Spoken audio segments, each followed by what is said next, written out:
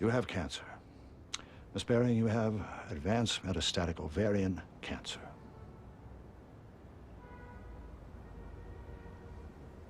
Go on.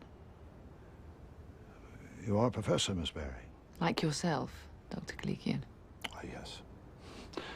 Now then, you present with a growth that unfortunately went undetected in stages 1, 2, and 3. Now it is an insidious adenocarcinoma. Insidious? Insidious means undetectable at an early stage. Insidious means treacherous. Shall I continue? Oh, by all means. Good. In invasive epithelial carcinoma, the most effective treatment modality is a chemotherapeutic agent. We are developing an experimental combination of drugs designed for primary site ovarian with a target specificity of stage 3 and beyond administration. Am I going too fast? No. Good. You will be hospitalized as an inpatient for treatment each cycle. After the initial 8 cycles, you will have another battery of tests. The antineoplastic will inevitably affect some healthy cells, including those lining the gastrointestinal tract from the lips to the anus and the hair follicles.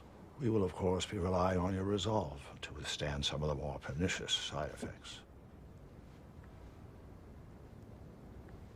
Miss Bearing? Oh, I beg your pardon. Do you have any questions so far? Please go on. Perhaps some of these terms are new? No. You're being very thorough. I make a point of it, and I always emphasize it with my students. Oh, so do I. Thoroughness, I always tell my students, but they are constitutionally averse to painstaking work. Yours too. Oh, it's worse every year. Oh, mine are blind. Oh, well, mine are deaf. You just have to hope. I suppose so. Where were we, Dr. Bearing? I believe I was being thoroughly diagnosed. Right. Now, the tumor is spreading very quickly, and this treatment is very aggressive. So far, so good? Yes. Better not teach next semester. Out of the question. The first week of each cycle, you'll be hospitalized for chemotherapy. The next week, you may feel a little tired. The next 2 weeks will be fine, relatively. It's 8 months like that. This treatment is the strongest thing we have to offer you. And as research, it'll make a significant contribution to our knowledge. Knowledge. Yes. Here is the informed consent form. Should you agree, you sign there at the bottom.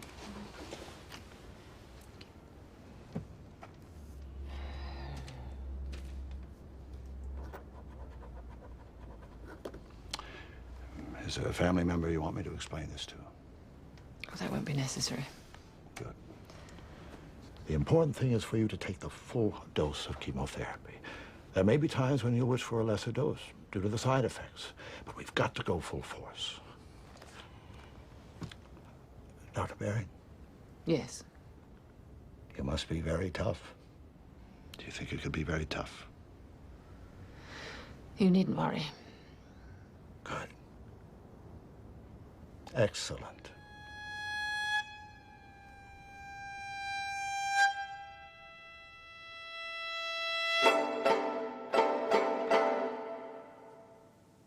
I should have asked more questions, because I knew there was going to be a test.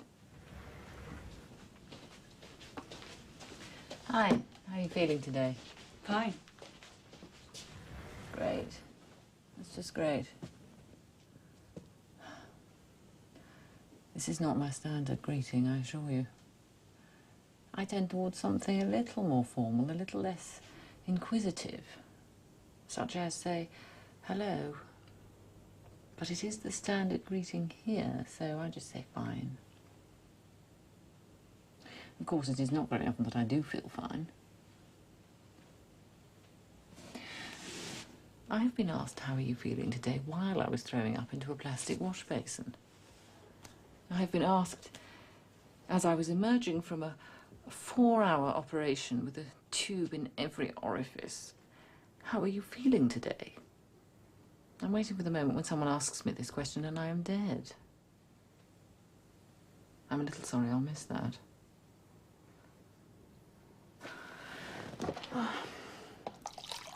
I have cancer. insidious cancer with pernicious side effects. No, the treatment has pernicious side effects.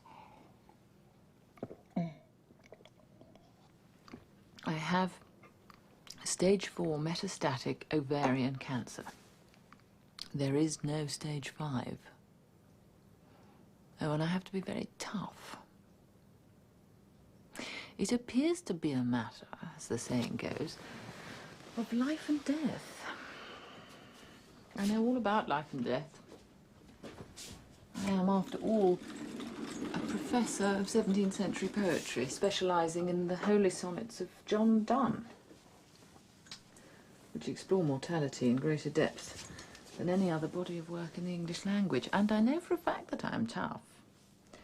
A demanding professor, uncompromising, never one to turn from a challenge. That is why I chose to study John Donne, while a student of the great E.M. Ashford.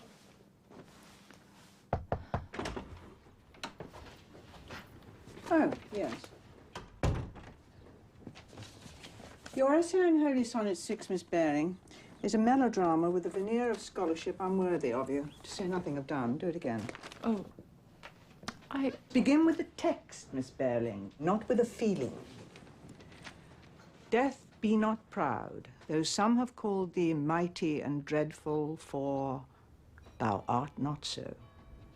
You've entirely missed the point of the poem, because I must say you've used an edition of the text that is inauthentically punctuated. In the Gardner edition of the text... but that edition is Miss checked out of the Bearing? live, sorry. You take this too lightly. This is metaphysical poetry, not the modern novel. The standards of scholarship and critical reading which one would apply to any other text are simply insufficient. The effort must be total for the results to be meaningful. Do you think that the punctuation of the last line of this sonnet is merely an insignificant detail? The sonnet begins with a valiant struggle with death, calling on all the forces of intellect and drama to vanquish the enemy. But it is ultimately about overcoming the seemingly insuperable barriers separating life, death, and eternal life. In the edition you chose, this profoundly simple meaning is sacrificed to hysterical punctuation. And death, capital D, shall be no more, semicolon. Death, capital D, comma, thou shalt die, exclamation mark. If you're going for this sort of thing, I suggest you take up Shakespeare. Gardner's edition of the Holy Sonnets returns to the Westmoreland manuscript source of 1610, not for sentimental reasons, I assure you, but because Helen Gardner is a scholar.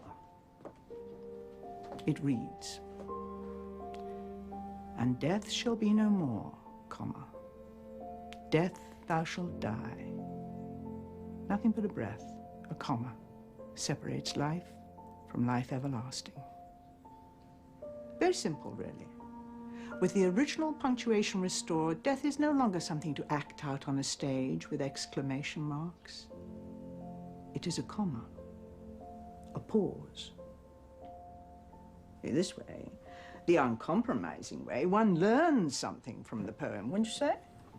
Life, death, soul, God, past, present. Not insuperable barriers, not semicolons, just a comma. Life, death, I see. It's a metaphysical conceit, it's wit. I'll go back to the library and It is not wit, Miss Bearing, it is truth. The paper's not the point. Isn't it? Vivian, you're a bright young woman. Use your intelligence. Don't go back to the library. Go out. Enjoy yourself with friends, hmm?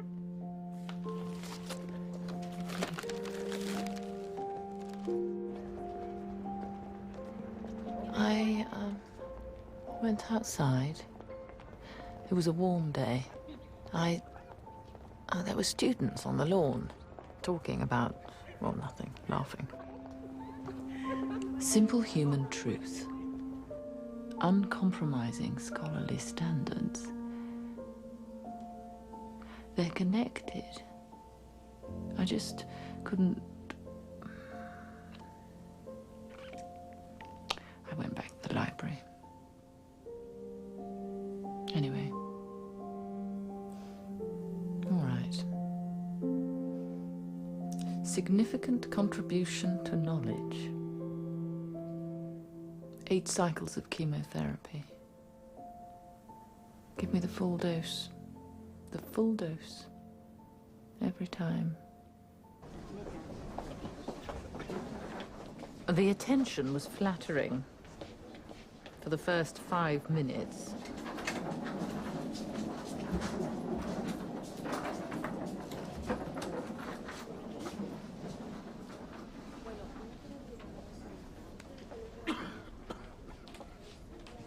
Name? My name. Vivian Bearing. Huh? Bearing. B-E-A-R-I-N-G. Vivian, V-I-V-I-A-N. Doctor? Yes, I have a PhD. You're a doctor? Oh, Dr. Harvey Kalikian.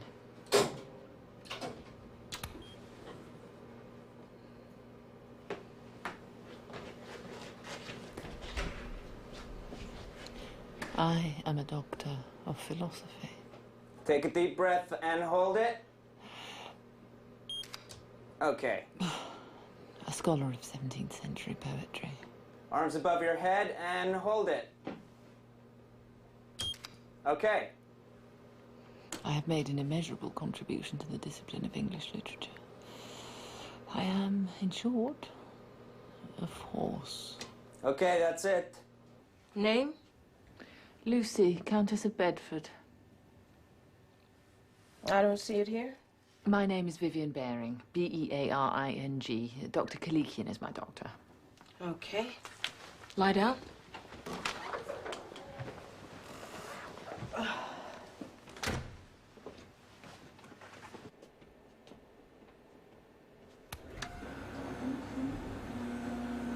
After an astounding undergraduate career, I studied for 3 years with Professor E.M. Ashford, during which time I learned by instruction and example what it means to be a scholar of distinction.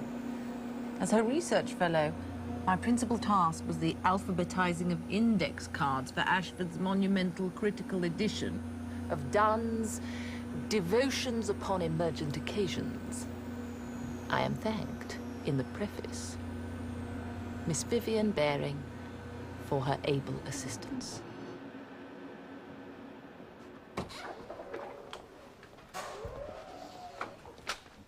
Thank you.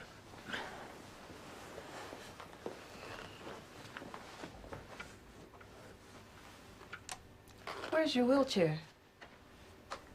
I do not know. I was busy just now. Well, how are you gonna get out of here? I could walk. It's not permitted. Well, I do not know. Perhaps you would like me to stay.